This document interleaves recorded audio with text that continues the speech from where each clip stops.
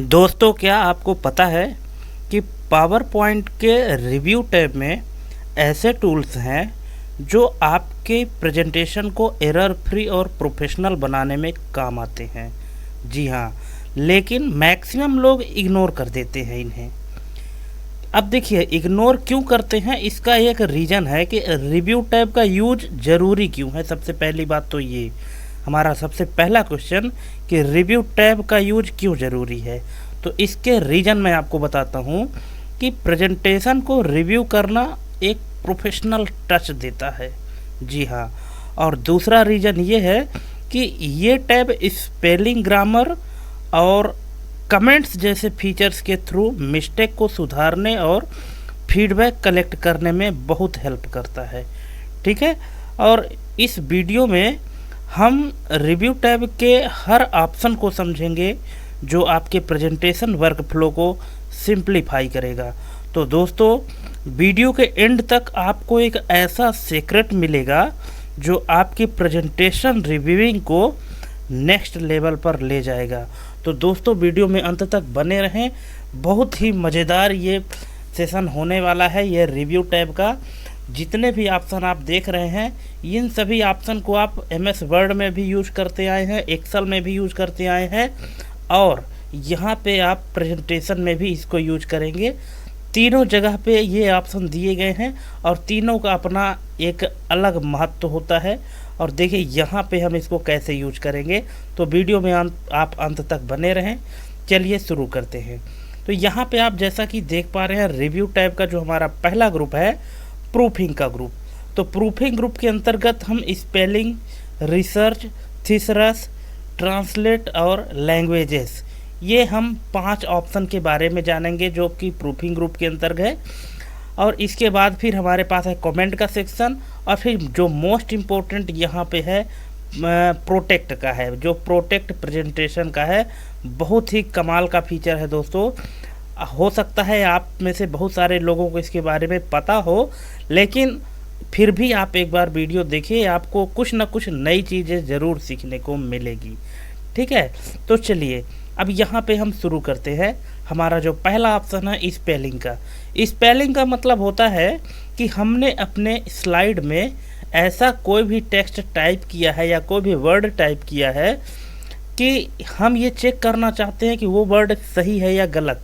जैसे अभी आप देख पा रहे हैं कि हमने अपने स्लाइड में, ये हमारी पहली स्लाइड है और इस स्लाइड में हमने अपने चैनल का नाम लिखा है जिसका नाम है ऑफिस नो प्रॉब्लम। ठीक है, इसको हम थोड़ा सा और बढ़ा लेते हैं, इसकी साइज़ को बोल्ड कर लेते हैं और थोड़ी इसकी साइज़ को हम इंक्रीज कर लेते हैं। ठीक, ये हमारे चैनल का नाम है। ठीक है, और यहाँ पे हमने सब हेडिंग के रूप में कुछ दिया है, इसकी भी साइज़ हम थोड़ी सी बढ़ाते हैं और इसको हम रेड कर लेते हैं। ठीक है, देखिए अब यहाँ पे चूँकि हम क्या किए हैं कि पूरा टेक्स्ट हमारा जो भी स्पेलिंग हम लिखे हैं, सभी स्पेलिंग अभी इसकी सही है, तो इसमें कोई भी एरर नहीं दिखा रहा है।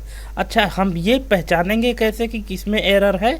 तो देखिए अभी जैसे यहाँ पे लिखा है ऑफिस नो प्रॉब्लम, मान लीजिए यहाँ पे हम प्रॉब्लम की स्पेलिंग गलत कर देते हैं, हम इस तरह से लिख देते हैं। ठीक है, अब देखिए क्या होगा। अब जैसा कि आप देख पा रहे हैं कि प्रॉब्लम जहां शब्द लिखा है उसके नीचे एक रेड कलर की लाइन आ गई है। हम थोड़ी सी आपको जूम करके दिखा दे रहे हैं, ये देखिए, ये जिगजैग कलर की लाइन है रेड कलर की।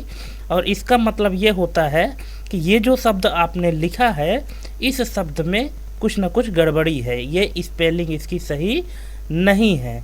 ठीक है, तो इस चीज़ को आप सही करने के लिए किसका यूज करते हैं? आप यूज करते हैं स्पेलिंग ऑप्शन का। ठीक है, आप चाहें तो कीबोर्ड से F7 बटन प्रेस करके भी इसको सही कर सकते हैं, या कि आप रिव्यू टैब में यहाँ क्लिक करके भी आप कर सकते हैं। तो देखिए, अब चूंकि हम रिव्यू टैब ही पढ़ रहे हैं तो हम शॉर्टकट की का यूज ना करते हुए डायरेक्ट इस ऑप्शन पर क्लिक करते हैं। ठीक है, देखिए अब इस ऑप्शन में हम जैसे ही क्लिक करेंगे तो हमारे पास देखिए बहुत सारे यहाँ पे ये स्पेलिंग से रिलेटेड कुछ बटन दिए गए हैं। अब इन बटन के बारे में पहले हम आपको बता देते हैं। जैसे पहला है इग्नोर का। इग्नोर का मतलब होता है अनदेखा करना, कि मतलब जो भी लिखा है वो हमने सही लिखा है, क्योंकि कभी कभी ऐसा होता है कि आप स्पेलिंग सही भी लिखते हैं, इसके बाद भी वो गलत बता देता है। वो गलत इसलिए बताता है कि आपने जो टाइप किया है वो आपके हिसाब से सही है, लेकिन माइक्रोसॉफ्ट के इस ऑफिस में एक डिक्शनरी होती है, ठीक है, और उस डिक्शनरी में जो शब्द उसको मैच कर जाते हैं तो वो उसको सही बताता है, और जो स्पेलिंग उसके डिक्शनरी से मैच नहीं करते हैं उसके नीचे वो रेड लाइन दे देता है। इसका मतलब है कि वो शब्द उसके डिक्शनरी में नहीं है, तो उसके हिसाब से गलत है। इसको हम कुछ यूँ समझ लेते हैं कि जैसे अगर कोई टीचर कोई स्टूडेंट से पूछते हैं किसी शब्द का मतलब, और उस शब्द का मतलब यदि वो स्टूडेंट नहीं जानता है तो सीधा मना कर देता है कि सर मुझे नहीं पता। लेकिन अब कंप्यूटर तो एक मशीन है, इसको कैसे पता कि हम इसके बारे में जानते हैं या नहीं जानते हैं? तो अब ये तो बोल तो सकती नहीं, ठीक है, तो आपको इंडिकेट करती है, एक रेड कलर की लाइन देती है, और इस लाइन को देने का मतलब है कि आपने जो लिखा है वो सही नहीं है, वो हमारे डिक्शनरी से मैच नहीं कर रहा है, ठीक है।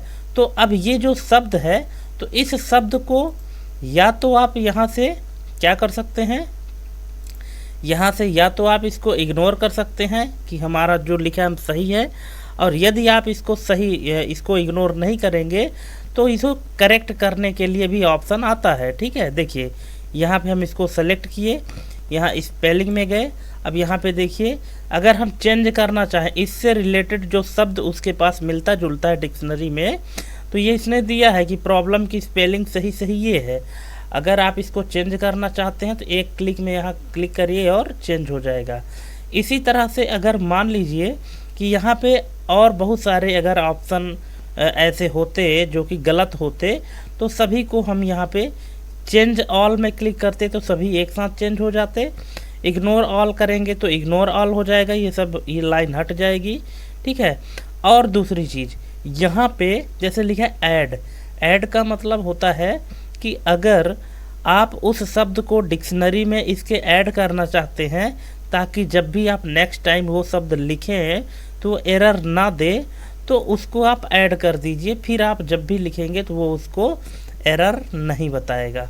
और ऑटो करेक्ट का मतलब है कि आप अगर स्पेलिंग इसकी गलत लिखे हैं, ऑटो करेक्ट में क्लिक कर देंगे तो ये ऑटोमेटिक इसको सही कर देगा, ठीक है। चलिए अभी हम इसको यहाँ से चेंज कर लेते हैं। ये इससे रिलेटेड दिखा रहा है कि प्रॉब्लम आपने जो लिखा है इसकी संभवतः जो सही स्पेलिंग है तो ये हो सकती है, ठीक है। इसको हम यहाँ से चेंज में क्लिक करते हैं, और जैसे इसको हम चेंज किए तो ये देखिए इसकी स्पेलिंग सही हो गई, और यहाँ पे इसको अब सही दिखा दिया, ठीक है। तो इस तरह से दोस्तों आप इसका यूज कर सकते हैं। अब जैसे मान लीजिए यहाँ पे हम एक और शब्द लिखते हैं, कोई ऐसा शब्द जो कि कंप्यूटर के डिक्शनरी में नहीं है, ठीक है। जैसे मान लीजिए कि हम यहाँ पे लिखते हैं अभ्युदय। अभ्युदय यहाँ पे हमने लिखा, ठीक है। अब देखिए यहाँ पे अभ्युदय इसको हमने लिखा है तो ये नीचे रेड दिया है, क्योंकि इसका टेक्स्ट भी कलर इसका रेड है तो नहीं समझ में आ रहा है, हम इसको ब्लैक करते हैं, ठीक है। ये देखिए हमने अभ्युदय लिखा, तो अभ्युदय किसने क्या बोला, इसने बताया कि ये गलत है, जबकि आप भी समझ रहे हैं कि अभ्युदय की स्पेलिंग यही होती है, फिर भी कंप्यूटर इसको गलत बता रहा है। क्यों? क्योंकि अभ्युदय नाम की कोई वर्ड या कोई भी डिक्शनरी में उसके शब्द नहीं है। अब इसको आप अगर करेक्ट करेंगे यहाँ रिव्यू टैब में जा करके, यहाँ पे अगर जाएंगे तो अब देखिए नो सजेशन इसके पास है, कोई सजेशन नहीं है। क्यों? क्योंकि इसके डिक्शनरी में वो शब्द है ही नहीं, ठीक है। तो अब ये क्या करेगा, या तो आप उसको इग्नोर कर सकते हैं, इग्नोर करेंगे तो ये लाइन हट जाएगी, लेकिन सिर्फ एक बार के लिए हटेगी। अगर आप चाहते हैं कि जब भी अपने इस कंप्यूटर में ये शब्द टाइप करें तो कभी भी इसको एरर ना दिखाए, तो आप इस शब्द को क्या कर दीजिए, ऐड कर दीजिए। और जैसे ही आप ऐड करेंगे तो ये क्या हो गया, the spelling check is complete, और ये अब देखिए अब यहाँ पे एरर नहीं आएगा, ठीक है। अब आप चाहे जहाँ भी लिखिए, देखिए अब ये आप लिखिए अभ्युदय, ठीक है। अब देखिए यहाँ पे अब इसको एरर नहीं देगा, क्यों? क्योंकि इसकी जो स्पेलिंग थी हम उसके डिक्शनरी में ऐड कर दिए हैं, ठीक है। तो यहाँ पे ऐड करने के बाद फिर उसका एरर नहीं आता है, ठीक है। तो आई होप दोस्तों कि आपको ये समझ में आया होगा कि जो स्पेलिंग ऑप्शन है इसका यूज हम पावर पॉइंट में कैसे करते हैं, ठीक है। चलिए अब इसके बाद फिर आता है हमारा रिसर्च का। देखिए रिसर्च का काम क्या होता है कि रिसर्च में हम किसी भी शब्द के आधार पर उसको रिसर्च करते हैं। जैसे मान लीजिए कि हम इसको यहाँ पे एक शब्द सेलेक्ट किए रिव्यू, ठीक है। और रिव्यू में क्लिक करने के बाद ये हमारा सेलेक्ट है, हम यहाँ पे जाते हैं रिसर्च में। अब देखिए रिव्यू में जैसे हम रिसर्च में क्लिक किए तो यहाँ पे देखिए कि रिव्यू से रिलेटेड जो भी इसके डिक्शनरी में शब्द है यहाँ पे हमने ऑल रेफरेंसेस सेलेक्ट किया है, ठीक है। ऑल रेफरेंसेस में जैसे ही सेलेक्ट किया है इससे रिलेटेड यहाँ पे दे दिया है, इसके जो भी सिनोनिम टाइप के हैं, एंटोनिम है, ये सब यहाँ पे दे दिया है। ये देखिए रिव्यू है ना, review, difficulty, trouble, crisis, dilemma, ठीक है, इस तरह से। तो आप इसको यहाँ से सेलेक्ट कर सकते हैं। जैसे मान लीजिए यहाँ पे हम करते हैं एक्सप्लोर, तो इसको सर्च किए, अब यहाँ पे एक्सप्लोर करके इसको सर्च किए, अब ये देखिए एक्सप्लोर का दिया है, ठीक है, कि ये travel around, discover, walk around, see sight, ठीक, इस तरह से। अगर मान लीजिए हम ऑफिस का करते हैं, इधर ऑफिस सेलेक्ट किए और यहाँ पे हम ऑफिस सेलेक्ट करने के बाद रिसर्च किए और फिर इसको एरो में क्लिक किए। अब ये देखिए ऑफिस का मतलब इसके पास जो जो भी है वो सब यहाँ पे बता रहा है। Place of work, bureau, work place, administrative centre, headquarters, agency, organisation, staff, work force, ठीक है। तो ये इस ऑफिस से संबंधित जो भी शब्द होंगे उनको यहाँ से दिखा देगा। इसी तरह से अगर मान लीजिए हम नो में क्लिक करते हैं और रिसर्च करते हैं तो नो का देखिए यहाँ पे क्या दिखा रहा है, निगेटिव, रिफ्यूजल, डिनायल, ठीक है। और फिर ये अफर्मेटिव एंटोनिम यहाँ पे दिखा रहा है। फिर यहाँ पे दिखा रहा है इसका रिजेक्शन, रिफ्यूजल, रिबफ, निक्स, ठीक है। तो इस तरह से दोस्तों आप किसी भी शब्द के बारे में अगर आप उसको सर्च करना चाहते हैं तो ये रिसर्च ऑप्शन आपकी हेल्प कर सकता है, ठीक है। इसके बाद यहाँ पे आपको जैसे थिसरस मिल जाएगा।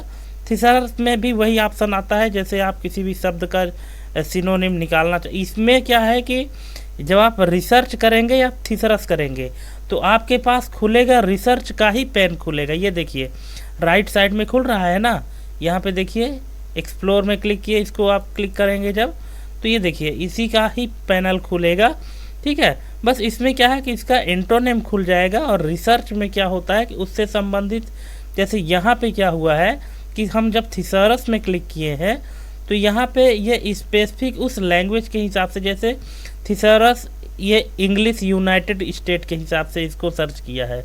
अगर हम इसको ऑल रेफरेंसेस में करेंगे तो इसमें थोड़ा सा बदलाव होता है, ये देखिए आप देख सकते हैं इसको, ठीक है।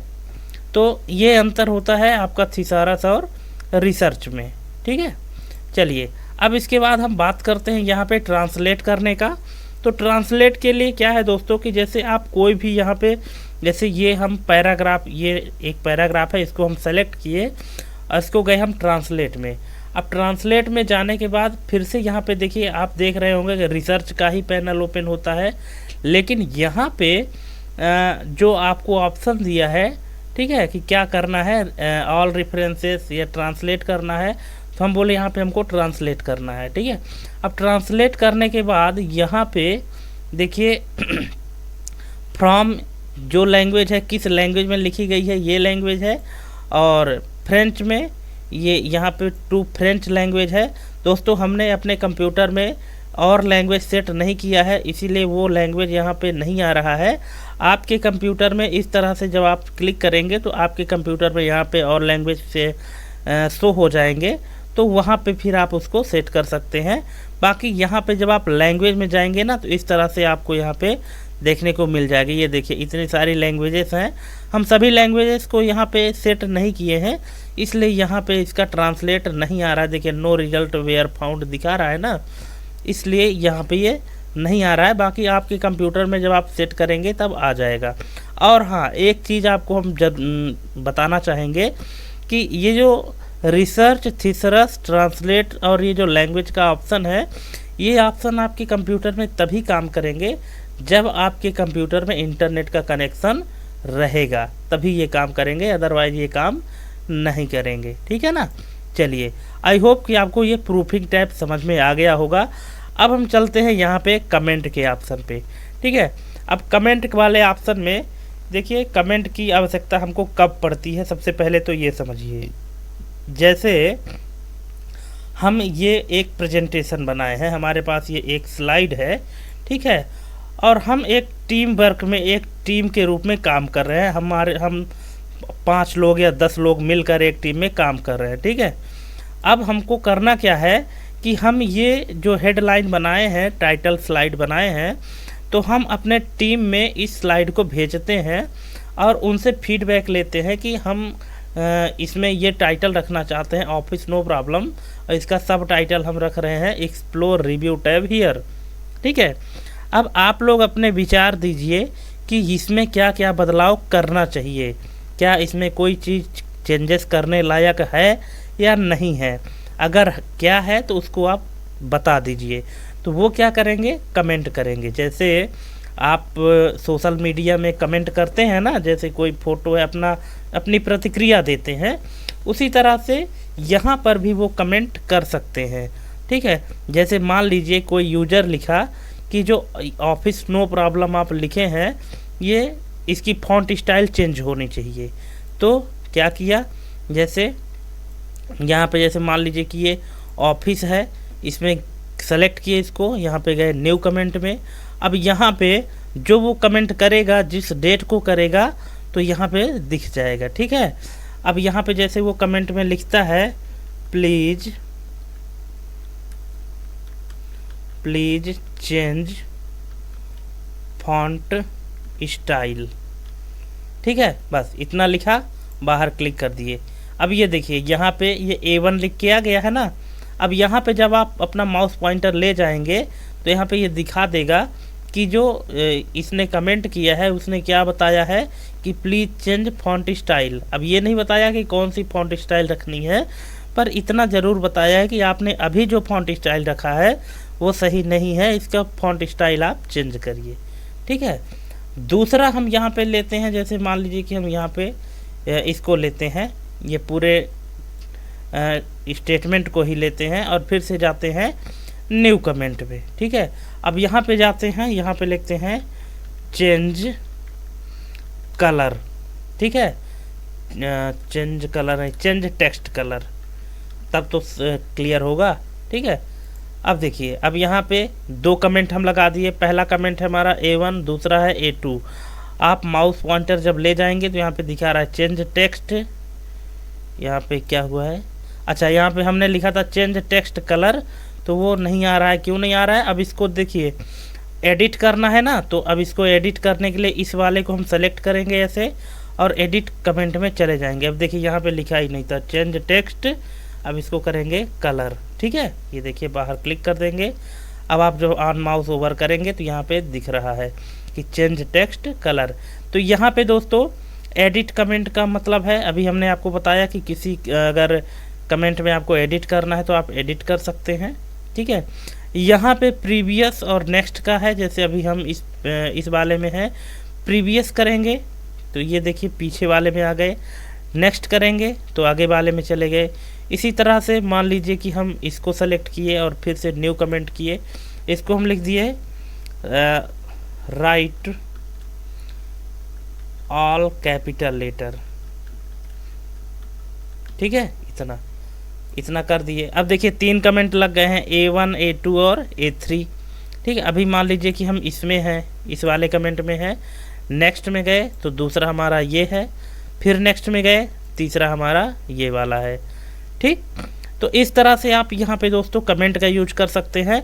और फिर ये प्रेजेंटेशन जब आपके पास आएगा तो आपको यहाँ पे पता चल जाएगा कि आपको क्या क्या बदलाव करना चाहिए, और जिन्होंने सजेशन दिया है क्या वो चीज़ सही है या नहीं है। ठीक है, अब देखिए अगर मान लीजिए कि आप अभी इसको प्ले करते हैं, तो प्ले जब करते हैं तो आपका कमेंट जो लगा है वो कमेंट यहाँ पे नहीं दिखेगा।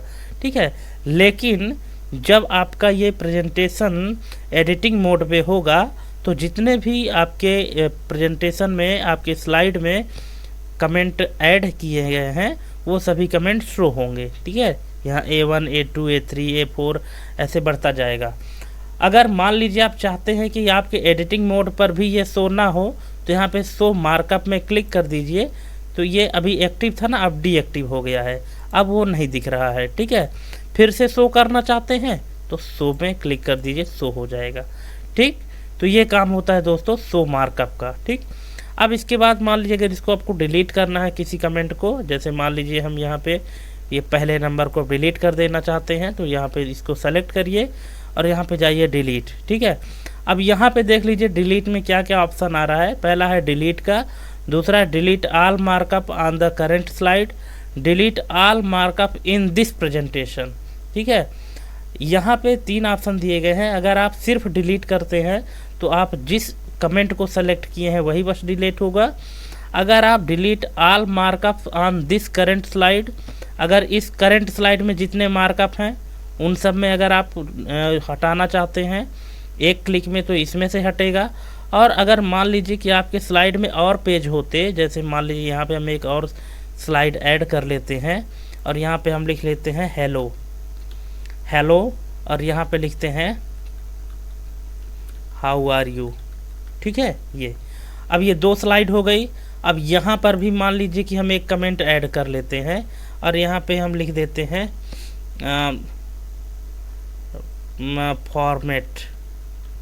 Format it bold. ठीक है, इतना कर दिए। अब यहाँ पे देखिए डिलीट में जब हम गए, ठीक है, इसमें हम सेलेक्ट किए।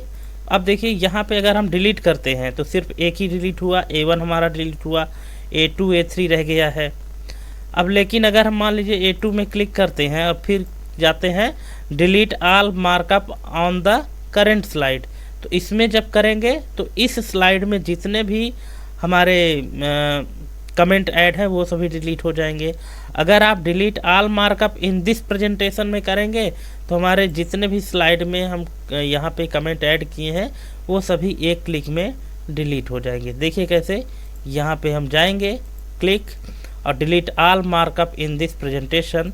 अब देखिए यहाँ पे ये बोल रहा है delete all comments and ink annotation in this presentation, हम बोले यस। अब ये देखिए जितने भी हमने यहाँ पे लगाया था कमेंट वो सब के सब हट गए हैं। ठीक है, तो ये काम है दोस्तों कमेंट्स का। आई होप कि आप कमेंट को अच्छे से समझ गए होंगे। अब हमारा जो लास्ट और मोस्ट इम्पोर्टेंट है वो है प्रोटेक्ट प्रेजेंटेशन का। अब देखिए प्रोटेक्ट प्रेजेंटेशन काम क्या करता है, इसका मतलब ये होता है कि हम अपने प्रेजेंटेशन में प्रोटेक्ट कर सकते हैं, पासवर्ड लगा सकते हैं। लेकिन यहाँ पे एक आपको प्रॉब्लम आएगी। प्रॉब्लम ये है कि अगर आप 2013 से कम वर्जन यूज कर रहे हैं, जैसे 2007 2010 है ना, अगर आप ऑफिस के ये वाले वर्जन यूज कर रहे हैं तो इसमें आपको प्रॉब्लम ये हो सकती है कि आप अगर यहाँ से इसको रिस्ट्रिक्ट करना चाहते हैं तो आपके पास क्या होना चाहिए, माइक्रोसॉफ्ट में अकाउंट होना मस्ट है। ठीक है, तभी आप इसको रिस्ट्रिक्ट कर सकते हैं। एक्चुअली यहाँ से होता क्या है कि जो एडिटिंग मोड है ना, जैसे अभी हम यहाँ पे कोई भी एडिटिंग कर सकते हैं, ये देखिए एडिटिंग हो रहा है अभी ना, तो अगर आप यहाँ से करेंगे तो सिर्फ रिस्ट्रिक्टेड एक्सेस होगा। ठीक है, यहाँ पे आप सिर्फ रीड ओनली आपकी फाइल बनेगी। ठीक है, इसमें सिर्फ रीड ओनली होगी, कोई चेंजेस नहीं हो पाएगा। ठीक है, तो यहाँ पे अगर आप पावर पॉइंट 2007 यूज कर रहे हैं वर्जन, तो यहाँ से अगर आप इसको चाहते होंगे प्रोटेक्ट करने के लिए तो यहाँ से नहीं हो पाएगा। इसमें जब आप क्लिक करेंगे ना तो यहाँ पे देखिए कुछ आपको ऑप्शन दे रहा है कि सर्विसेज साइन अप का, कि introducing the information rights management services. अब यहाँ पे देखिए 2 रेडियो बटन दे रहा है कि do you want to sign up for this trial services. अगर आप इसको करते हैं यस, तभी आपका ये नेक्स्ट बटन शो होगा। अदरवाइज इसको अगर नो करते हैं तो नो में ये शो नहीं होगा। तो आपके पास सबसे पहले तो माइक्रोसॉफ्ट कंपनी के द्वारा एक अकाउंट होना चाहिए जिसका आप यूज कर सके। अगर आप इसमें क्लिक करके और नेक्स्ट करेंगे तो यहाँ पे देखिए कुछ यहाँ पे टाइम लेगा, और टाइम लेने के बाद विंडो राइट्स मैनेजमेंट यहाँ पे खुल जाएगा अगर आपका अकाउंट बना होगा तो। अब चूंकि मेरा अकाउंट तो यहाँ पे बना नहीं है, इसलिए ये देखिए यहाँ पे क्या बोल रहा है, can not use this feature without credential. ठीक है, तो यहाँ पे आप इसको इसके माध्यम से रिस्ट्रिक्ट मत करिए। ठीक है, मैं आपको एक दूसरा तरीका, बेस्ट तरीका बताता हूँ अपने प्रेजेंटेशन को प्रोटेक्ट करने के लिए। ठीक है, तो चलिए इसके लिए आपको क्या करना है, यहाँ ऑफिस बटन में क्लिक करना है और जाना है सेव बटन में या सेव एज में। अगर आप पहले से सेव कर चुके हैं तो सेव एज में जाइए, अगर आप पहली बार कर रहे हैं तो सेव करिए। ठीक है, ये हम चलिए इसको सेव एज ही करते हैं। ठीक है, यहाँ पे हम सेव एज में गए। अब यहाँ पे हम कोई एक लोकेशन सेलेक्ट कर लेते हैं, जैसे मान लीजिए कि हम यहाँ पे डेस्कटॉप में सेलेक्ट करते हैं, यहाँ ऑफिस नो प्रॉब्लम लिखा हुआ है, हम यहाँ पे यही नाम रहने देते हैं। और यहाँ पे आपको एक ऑप्शन मिलेगा दोस्तों टूल्स का। टूल्स में आप जाइए और टूल्स में जाने के बाद आपको जाना पड़ेगा जनरल ऑप्शन में। अब जनरल ऑप्शन में जाने के बाद यहाँ पे देखिए आपको पासवर्ड डालने के लिए मिल रहा है। ठीक है, तो यहाँ पे दो प्रकार का पासवर्ड है। कौन कौन सा है, file encryption setting for this document, और दूसरा है file sharing setting for this document. अब इसका मतलब क्या होता है कि पहला पासवर्ड जो लगेगा तो ये प्रेजेंटेशन को ओपन करने के लिए लगेगा। ठीक है, और जो दूसरा पासवर्ड लगेगा वो प्रेजेंटेशन को मॉडिफाई करने के लिए लगेगा। ठीक, या ये जो यहाँ पे पासवर्ड लगता है ना, बहुत ही ज़बरदस्त पासवर्ड होता है। अगर कोई मान लीजिए आपका पासवर्ड देख भी लेता है कि आपने ओपन करने के लिए ये पासवर्ड बनाया है, तो वो तो आपको देख लेगा, लेकिन अगर आप मॉडिफाई करने के लिए दूसरा पासवर्ड लगाए हैं तो वो चीज़ उसको अलग मिलेगी। ठीक है, तो मॉडिफाई करने का अलग पासवर्ड आप सेट कर सकते हैं और ओपन करने का अलग सेट कर सकते हैं अगर आपको ज़्यादा सिक्योर बनाना है तो। हालांकि जनरली लोग दोनों में एक ही डालते हैं, क्योंकि वो समझते हैं कि ओपन और मॉडिफाई दोनों का मतलब एक ही होता है, तो एक ही नहीं होता है। मैं आपको यहाँ पे लगा के दिखाता हूँ। ठीक है, देखिए यहाँ पे हम इसको पासवर्ड देते हैं ओपन करने के लिए कि अगर हम 1 2 3 प्रेस करें तो ओपन हो जाए। ठीक है, और मॉडिफाई करने के लिए हम मान लीजिए यहाँ करें 1 2 3 4। ठीक है, इतना किए। अब इसको हम कर दिए ओके। अब देखिए जैसे ही ओके किए तो कंफर्म पासवर्ड कौन सा मांग रहा है, री इंटर पासवर्ड टू ओपन। ठीक है, ओपन करने वाले पासवर्ड को आप री इंटर करिए। तो ओपन करने के लिए हमने कौन सा पासवर्ड डाला था, 1 2 3। ठीक है, अब इसको करेंगे ओके। अब यहाँ बोल रहा है री इंटर पासवर्ड टू मॉडिफाई। आप मॉडिफाई करने के लिए जो पासवर्ड डाले थे वो पासवर्ड डालिए। तो मॉडिफाई करने के लिए हमने दूसरा पासवर्ड डाला है 1 2 3 4। ठीक, अब इसको हम कर देते हैं ओके। ठीक, अब यहाँ पे हमने पासवर्ड सेट किया है, यहाँ पे डेस्कटॉप पे हम इसको सेव कर रहे हैं, ये कर दिए सेव।